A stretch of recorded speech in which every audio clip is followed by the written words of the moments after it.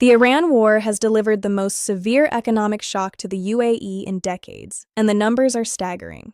According to Al Jazeera, more than $120 billion has been wiped from the Dubai and Abu Dhabi stock markets since the war began on February 28, 2026, placing the UAE among the hardest-hit financial markets on the planet. Here is exactly what happened. The US and Israel launched coordinated strikes that killed Iran's supreme leader Ayatollah Khamenei.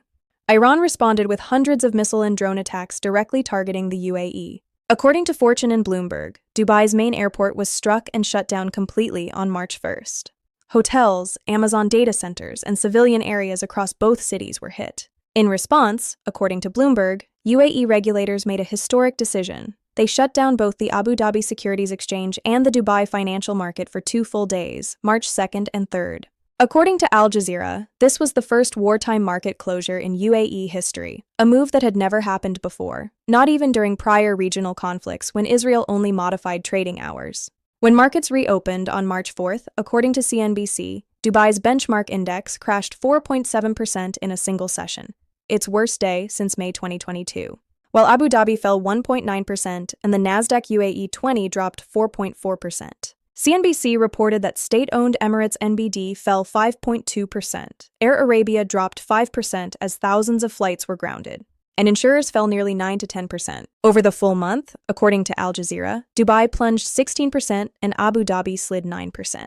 With Dubai losing $45 billion and Abu Dhabi shedding $75 billion in market capitalization alone, the damage spread far beyond stocks. According to Middle East Eye, Goldman Sachs estimates that real estate transactions in Dubai dropped 37% year-on-year. While sales collapsed by more than 50% compared to February, shares in Emaar Properties, the company behind the Burj Khalifa, fell more than 25%.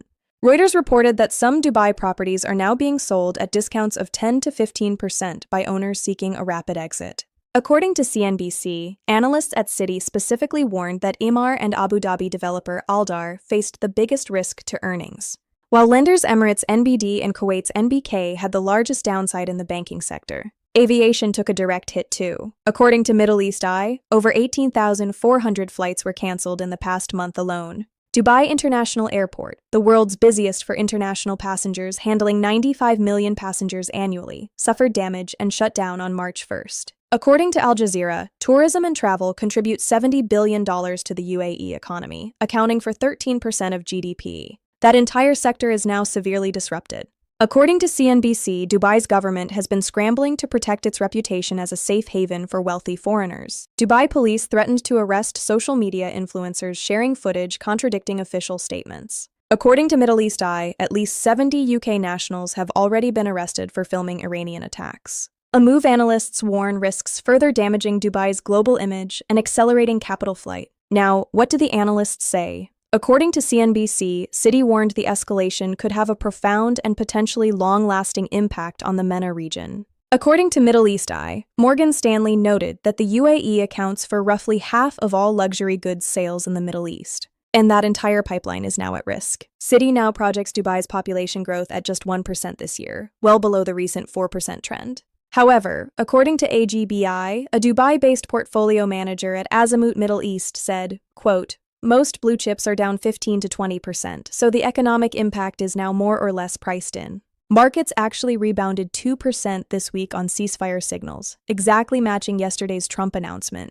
For context, the 1990 Gulf War caused Gulf markets to drop 45% before recovering sharply once the conflict ended. History suggests that resolution, not continued war, is the single biggest market catalyst. According to a finance professor at the American University in Dubai, quoted by Al Jazeera, this should be viewed as a temporary shock rather than structural economic damage. The practical message? If you hold emerging market ETFs or Gulf region funds, do not panic sell into the bottom. Watch for a confirmed ceasefire. That single event is what flipped Gulf markets in 1991, and it may do the same again in 2026.